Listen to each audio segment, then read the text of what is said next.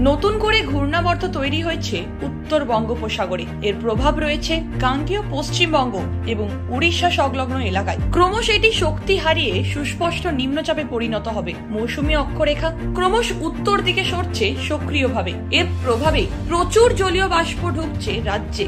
সমুদ্র উত্তাল থাকার কারণে উত্তর বঙ্গোপসাগর ও সংলগ্ন পশ্চিমবঙ্গ উপকূলে মৎস্যজীবীদের শনিবার অর্থাৎ 23 আগস্ট পর্যন্ত সমুদ্রে যেতে নিষেধাজ্ঞা জারি করা হয়েছে। চলতি সপ্তাহে কলকাতা সহ দক্ষিণবঙ্গের বেশিরভাগ জেলাতে ঝড় বৃষ্টির সম্ভাবনা। দুর্যোগ চলবে কলকাতাতেও। হালকা বৃষ্টির পূর্বাভাস, সঙ্গে 30 থেকে 40 কিলোমিটার গতিবেগে বইবে দমকা হাওয়া। দক্ষিণবঙ্গে পূর্ব বর্ধমান, মুর্শিদাবাদ, নদিয়া, উত্তর দক্ষিণ 24 পরগনা এবং পূর্ব মেদিনীপুরে ভারী বৃষ্টির সম্ভাবনা। বিক্ষিপ্ত বৃষ্টি চলবে উত্তরবঙ্গেও। দার্জিলিং, কালিম্পং, আলিপুরদুয়ার, জলপাইগুড়ি, মালদা এবং 2 দিনাজপুরে ভারী বৃষ্টির পূর্বাভাস।